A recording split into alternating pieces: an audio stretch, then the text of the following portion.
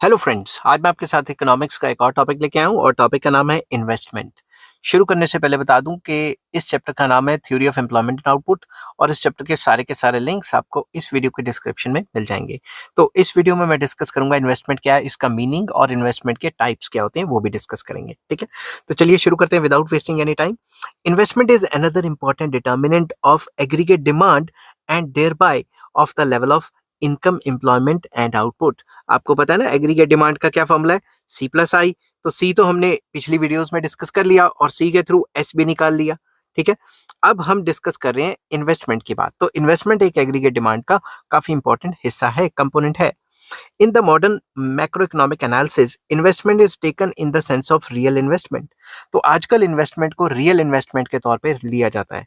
इसका मतलब क्या है? In this sense investment refers to that part of aggregate output which takes into which takes the form of new plants, new capital equipments, machinery, new structures जिसमें factories, office buildings, residential houses आ जाते हैं and addition to the business inventories that is stock of goods. तो basically investment को real investment के तौर पे लिया जाता है जिसमें नई नई फैक्ट्री लेना, नई मशीन करना, नई जमीन खरीदना या फिर रेजिडेंशियल हाउसेज पे लगाना या फिर स्टॉक ऑफ गुड्स को खरीद के रखना, इन्वेंट्री इन्वेस्टमेंट करना। ठीक है, तो investment is measured by the amount of total expenditure incurred on these items. In items पे जो भी खर्चा होता है उसे इन्वेस्टमेंट कहा जाता है। कौन सी इन आइटम्स? जो मैंने अभी डिस्कस की। Thus, investment refers to expenditure on the purchase of such goods or assets which add to existing stock of capital। तो इसीलिए जब भी इन्वेस्टमेंट होती है तो स्टॉक ऑफ कैपिटल मतलब कैपिटल में चेंज आता है। यहाँ पे मैं चेंज इन कैपिटल लिख देता हूँ ताकि आप चेंज इन सी को वो ना समझें कि सी कंजम्पशन होती है ना। तो जब भी इन्वेस्टमेंट होती है तो कैपिटल में चेंज आता है और कई बुक्स में ये भी लिखा गया है कि जब भी इन्वेस्टमेंट करते हैं तो कैपिटल फॉर्मेशन होती है। और कई लोग इसको यही समझते हैं कि कैपिटल फॉर्मेशन ही इन्वेस्टमेंट है, क्योंकि जितनी इन्वेस्टमेंट होगी उतनी ही कैपिटल फॉर्मेशन होगी। समझ की बात? अब जैसा कि मैंने आपको कहा था कि मैं आपके साथ टाइप्स ऑफ इन्वेस्टमेंट भी डिस्कस करूंगा, तो फर्स्ट टाइप ऑफ इन्वेस्टमेंट आ जाता है प्राइवेट इन्वेस्टमेंट। एक मिनट में पानी पी लूं।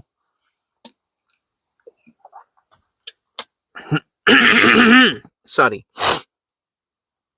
गला बैठा हुआ है तो गला खराब ही है।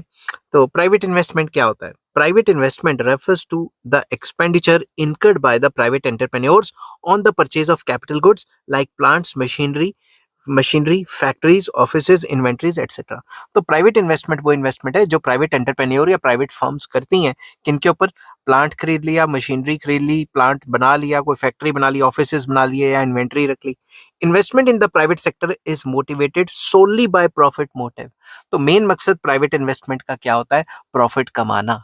ठीक है, अगर प्रॉफिट हो रहा है तो वो इन्वेस्टमेंट करेंगे, प्रॉफिट नहीं हो रहा तो इन्वेस्टमेंट नहीं करेंगे। तो मेन मकसद यहाँ क्या है? प्रॉफिट करना। तो प्राइवेट इन्वेस्टमेंट वो इन्वेस्टमेंट होती है जो प्रॉफिटेबिलिटी से इन्फ्लुएंस होती है, असरदार रहती है। नेक्स्ट आ जाती है पब्लिक इन्वेस्टमेंट, सरकारी इन्वेस्टमेंट जिसका प्रॉफिट से कोई लेना देना नहीं। समझ की बात? तो पेपर में भी तो लिखना है ना। Today a large amount of investment is in most of the countries is undertaken by government. आजकल के टाइम पे ज्यादातर इन्वेस्टमेंट गवर्नमेंट्स कर रही हैं। Investment undertaken by the government is known as public investment. तो जो भी इन्वेस्टमेंट सरकार करती है उसे पब्लिक इन्वेस्टमेंट कहा जाता है। गवर्नमेंट ऑफ्टन या कई बुक्स में मतलब ऑफ्टन की प्रोनाउंसिएशन भी है, कुछ लोग इसको ऑफन भी कह देते हैं। Government often invest in projects like roads, dams, schools, colleges, hospitals, water supply, transportation, housing, etc। तो जो गवर्नमेंट है वो पब्लिक सर्विसेज जो हैं उनके ऊपर या पब्लिक यूटिलिटीज के ऊपर जो है काफी इन्वेस्टमेंट करती है।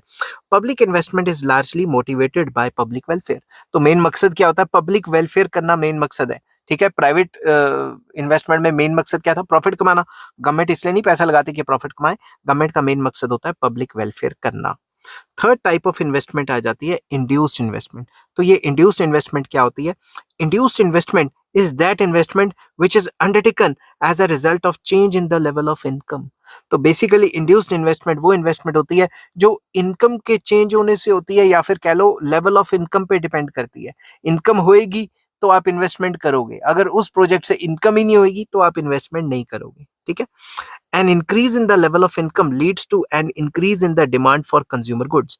आपको ये पता है कि अगर इकोनॉमी में लेवल ऑफ इनकम बढ़ जाएगी तो क्या होगा? इनकम के बढ़ने से कंज्यूमर गुड्स की डिमांड बढ़ जाएगी। ठीक है, this in turn leads to an increase in investment so as to increase the production of consumer goods. तो जैसे ही लोगों की इनकम बढ़ेगी, लोग कंजम्पशन बढ़ा लेंगे और उस कंजम्पशन को पूरा करने के लिए इन्वेस्टमेंट बढ़ जाएगी। तो बेसिकली इंड्यूस्ड इन्वेस्टमेंट वो इन्वेस्टमेंट होती है जो लेवल ऑफ इनकम पे डिपेंड करती है। इनकम होगी ज्यादा तभी इस टाइप की इन्वेस्टमेंट होगी। समझ की बात? दस induced investment varies directly with change in the level of income. तो ये डायरेक्टली जो लेवल ऑफ इनकम है उस पर डिपेंड करती है। ठीक है, जैसे कि मैंने पहले बताया था, लेवल ऑफ इनकम्स हाई होंगी तो इंड्यूस्ड इन्वेस्टमेंट्स हाई होंगी। ठीक है, induced investment showing the positive functional relationship between income and investment can be explained with the help of diagram। तो x एक्सिस पे हमने इनकम लिख दी, y एक्सिस पे हमने इन्वेस्टमेंट लिख दी। ये इंड्यूस्ड इन्वेस्टमेंट कर्व है जो कि अपवर्ड स्लोपिंग है, जो ये दिखाती है कि जैसे जैसे इनकम बढ़ेगी इकोनॉमी में वैसे वैसे इंड्यूस्ड इन्वेस्टमेंट भी बढ़ेगी। ठीक है, income is shown on x axis while investment is shown on y axis. आई ये जो नाम है कर्व का, आई और कुछ मत समझ लेना। I curve shows the amount of induced investment corresponding to various level of income. ठीक है, कि अलग अलग लेवल ऑफ इनकम पे अलग अलग जो है कितनी है इन्वेस्टमेंट। जैसे ओ वाई, ये जो O Y one level of income पे जो आपकी इंड्यूस्ड इन्वेस्टमेंट है वो है A1Y1। अगर O Y two level of income है इस पे है A2Y2। ठीक है, तो वही चीज एक्सप्लेन की हुई है। आई curve has a positive slope indicating that the amount of investment increases as the level of income increases। As income increases from OY1 to OY2, the level of investment increases from A1Y1 to A2Y2। तो जैसे जैसे income जो है वो बढ़ती है वैसे वैसे इंड्यूस्ड इन्वेस्टमेंट भी बढ़ती है। ठीक है, दस the induced investment is income elastic. मतलब इनकम के चेंज होने से चेंज होती है। अगर इनकम ज्यादा होगी तो ये वाली इन्वेस्टमेंट ज्यादा होगी। इससे बिल्कुल अपोजिट टाइप ऑफ इन्वेस्टमेंट होती है ऑटोनोमस इन्वेस्टमेंट। इसका इनकम से कोई लेना देना नहीं। ठीक है, autonomous investment is that type of investment which is not affected by change in the level of income or output। Income या आउटपुट से ये असरदार नहीं होती। It is independent of the level of income और आउटपुट। इसका income या output से कोई लेना देना नहीं है। इनकम और आउटपुट जितनी मर्जी हो ये इन्वेस्टमेंट होगी ही होगी। ठीक है, तो इसमें एक्स एक्सिस पे हमने इनकम ले ली, वाई एक्सिस पे हमने इन्वेस्टमेंट ले लिया। ये जो कर्व होगी ये पैरेलल टू एक्स एक्सिस होगी। क्यों? इनकम लेवल O1Y1 हो या O1Y2 हो, इसकी कंजम्पशन जो है वो सेम रहेगी। कंजम्पशन कह रहा हूँ, इन्वेस्टमेंट जो है वो सेम रहेगी। इसमें इन्वेस्टमेंट में कोई इंक्रीज या डिक्रीज नहीं आएगा।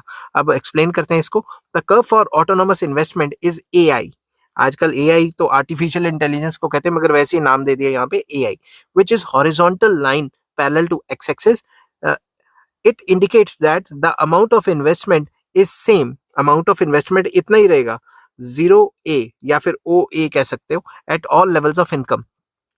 वेदर इनकम जो है वो O1Y1 हो, ठीक है, या फिर O1Y2 हो। Hence the autonomous investment is income elastic.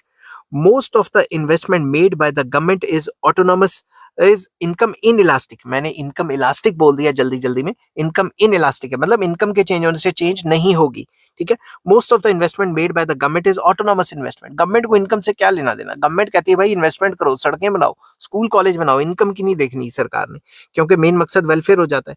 It should be noted that autonomous investment does not always remain fixed और कांस्टेंट। ये भी नोट करने की जरूरत है कि हमेशा ऐसा नहीं होता, हमेशा ये कांस्टेंट नहीं रहेगी। क्या पता अगले लेवल पे जाके इनकम पे डिपेंड करनी शुरू कर दे। It may change over a time. Over the period of time ये चेंज हो जाती है। Autonomous investment may change due to factors other than income like innovations of new technique of production. कोई नई टेक्निक ऑफ प्रोडक्शन इंट्रोड्यूस हो गई, या नई डिस्कवरी ऑफ रिसोर्सेज हो गई, या डिस्कवरी ऑफ न्यू मार्केट्स हो जाती हैं, या ग्रोथ ऑफ पॉपुलेशन हो जाती है, या इंक्रीज इन पब्लिक एक्सपेंडिचर हो जाती है। तो कई रीजंस होते हैं जिनकी वजह से ये इंक्रीज भी कर सकती है। ये स्लोप हमेशा पैरेलल नहीं रहेगी। It is important to note that while explaining determination of income and output, it is in the simple Keynesian model we consider autonomous investment। तो जब भी हम Keynesian मॉडल कर रहे होते हैं एम्प्लॉयमेंट एंड आउटपुट का, उसमें हम ऑटोनोमस इन्वेस्टमेंट ही लेके चलते हैं। तो जब मैं Keynesian थ्योरी ये करवाऊंगा आपको कि determination of equilibrium and output कराऊंगा, तो किस तरीके से ऑटोनोमस इन्वेस्टमेंट को इस्तेमाल किया गया आपको इस टॉपिक में अच्छे से समझ आ जाएगा। तो ये टॉपिक इतना ही। नेक्स्ट वीडियो में बनाऊंगा determination of equilibrium income and output, और उसका भी लिंक आपको इस वीडियो के डिस्क्रिप्शन में मिल जाएगा। और अगर आपको ये वीडियो पसंद आती है तो please like share and subscribe. और चैप्टर का नाम था theory of employment and output. Take care, bye bye.